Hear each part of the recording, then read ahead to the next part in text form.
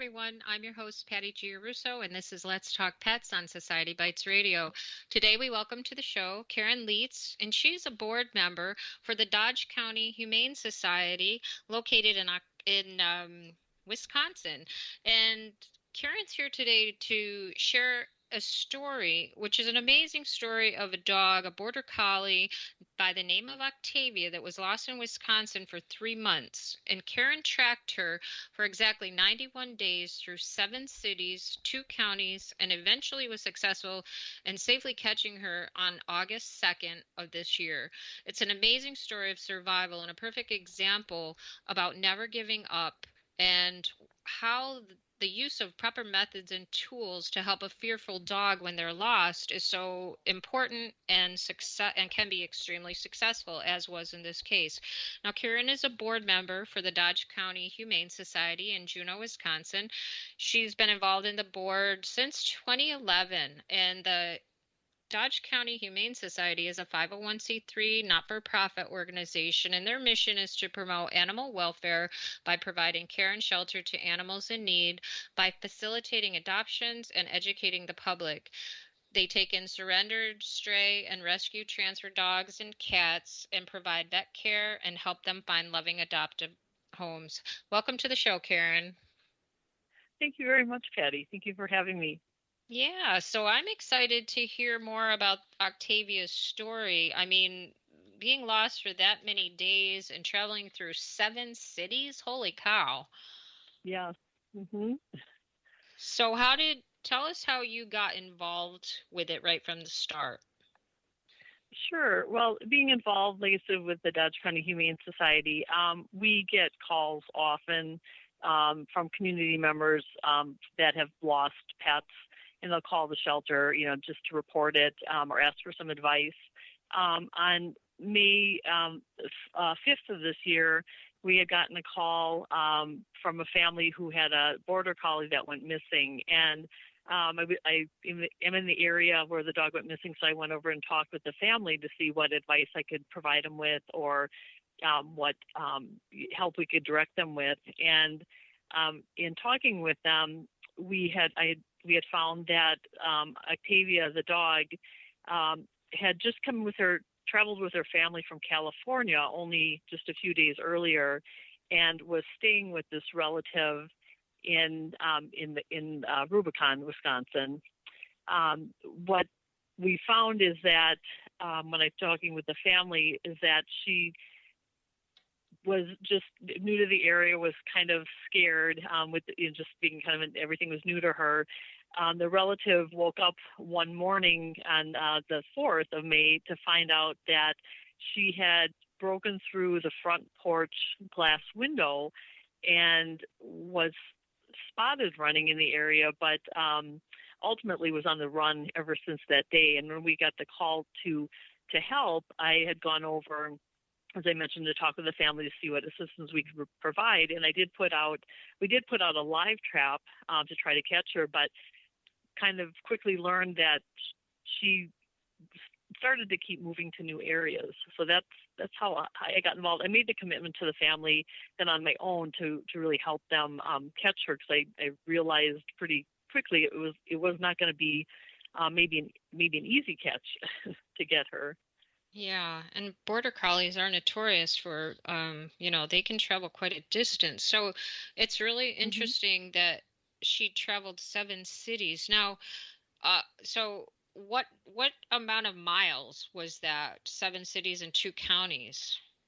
Yeah, I would say overall, she probably traveled close to 100 miles between where she started from, the city she moved through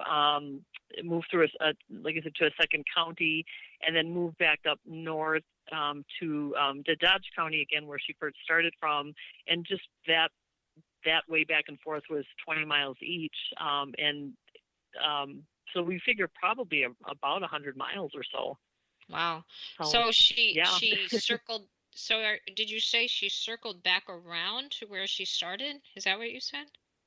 Yeah, what we found Octavia started to do was, when I started to help the family look for her, is that Within the first week she went missing, what I learned that her pattern was is that she was spotted initially the couple days she went missing, and then the next 3 days of that first week in May, there were no sightings of her, and I learned that she had moved 5 miles north from that original area. And what I learned through my search for her is that there were certain things that would continue to drive her away. And as you mentioned, being a border collie, they're very smart,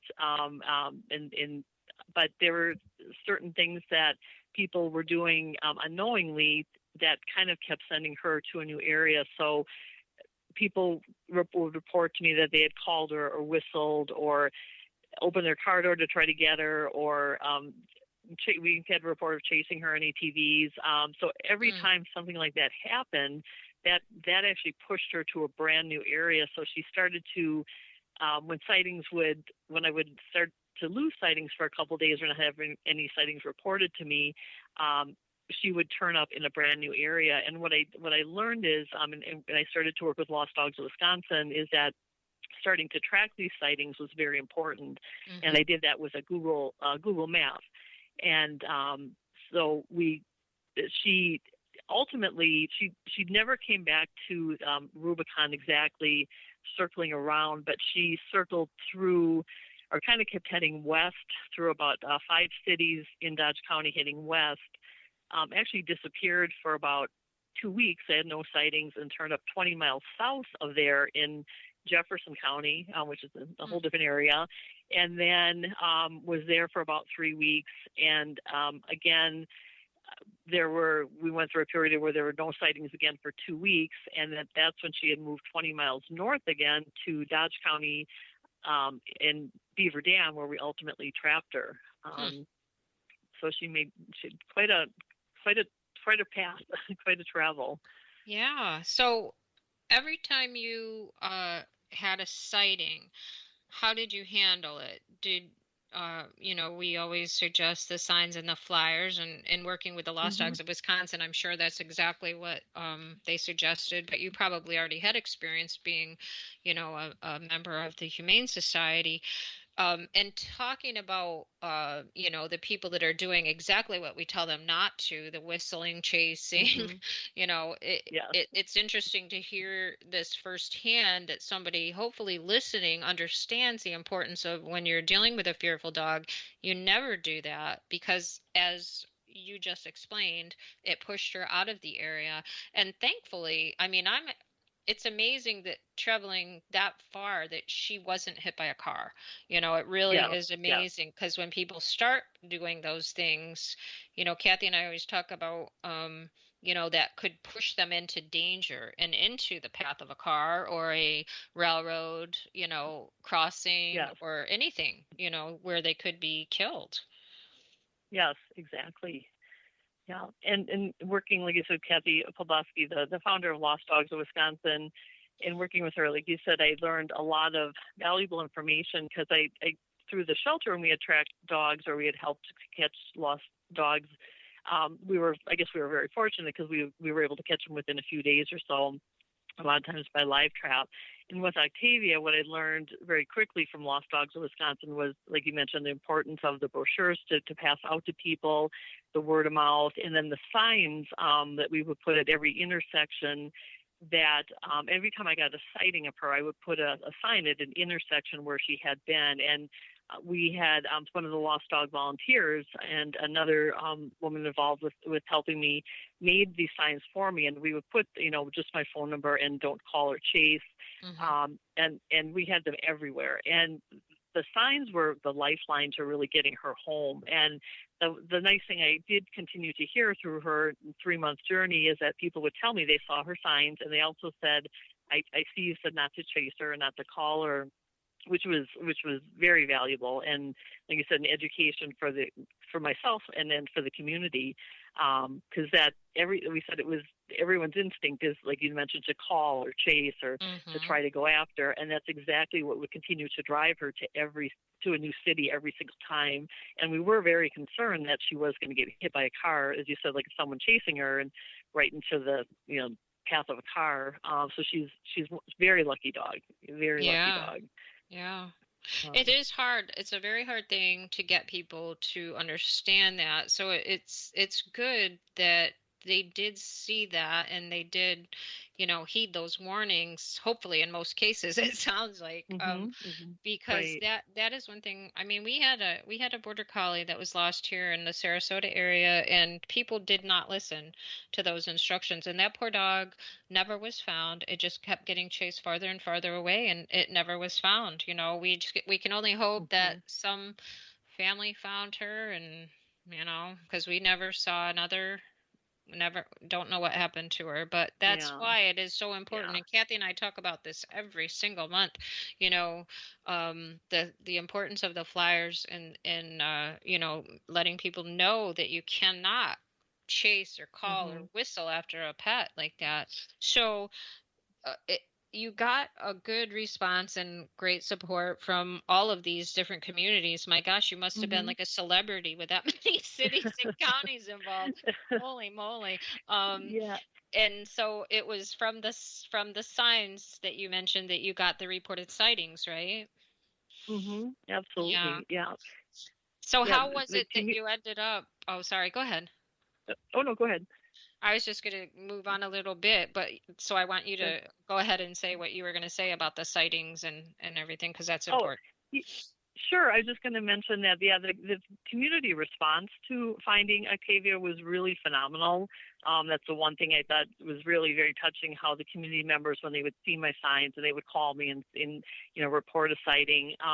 They were what I found is that community members were very supportive in terms of even when there was a sighting and we thought maybe this was a place we'd be able to maybe put a live trap or put a camera or maybe put up a food station to draw her back to eventually live trap her. And I was amazed at the generosity of the community members to say, sure, you can put a camera here, sure, you can walk on my land to see if you can see a footprint, or sure, you can put the live trap here. I even had a community member move our live trap from one area to another in their own truck. And it really was really overwhelming, the support. And I think that I said in the end that I really relied on the community to help me to catch her, because they were kind of the eyes and ears that, like you had mentioned with the signs and the flyers, but the signs in particular, that they were the ones that were going to actually be able to lead me to her, which Mhm. which they ultimately did.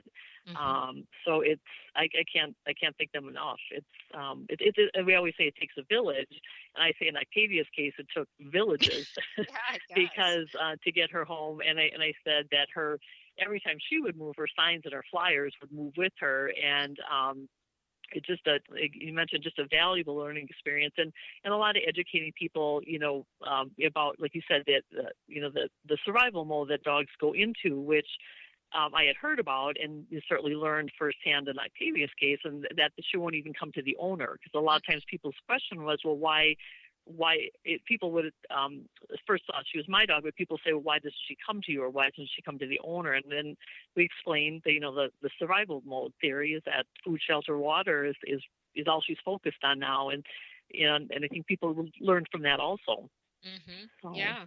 Yeah. And I always, that's one of the reasons I'm glad you're talking with us, because um the true stories, like, we can talk about it all day long, but until somebody's Hmm. actually been a part of it, like you are, and being able to tell your story to people so they can see that it is true, it really is something, the survival mode, the fearful Hmm. dog and how it acts, it's the truth, and it's so important to get that point across to people. So she was eventually caught and trapped in August, Hmm. just a couple weeks ago, and Yeah.